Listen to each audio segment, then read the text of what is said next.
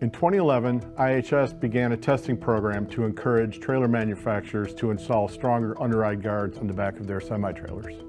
These underride guards are required on semi-trailers to prevent smaller vehicles from sliding underneath them and rear-end crashes. But as our early testing showed, guards that met the federal standard would often fail, meaning the crumple zones and restraint systems in the vehicles that hit them didn't have a chance to do their job. Hundreds of lives are lost each year in these types of crashes, so we saw an opportunity to make a difference. These underride tests caught the attention of the trailer manufacturers, which quickly responded and strengthened their rear guards to prevent underride. Today, all of the large trailer manufacturers in the U.S. have rear guards that have earned our ToughGuard award.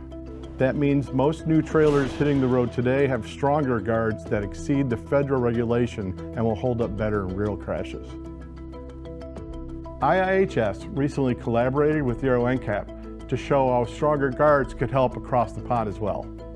This demonstration involved a pair of crash tests, each involving a vehicle that is sold both in the US and European markets, striking the back of a semi-trailer at 35 miles an hour in an offset configuration. For our test, we used a trailer that earns a ToughGuard award here in the States. Euro NCAP conducted an identical test using a trailer representative of what you'll find on European roads. The ToughGuard held up.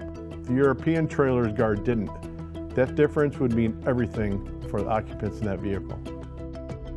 Thanks to our ToughGuard award, many of the new trailers on the road today have stronger rear underride guards. And we're hopeful this new testing serves as a wake-up call for the regulators and trailer manufacturers in Europe.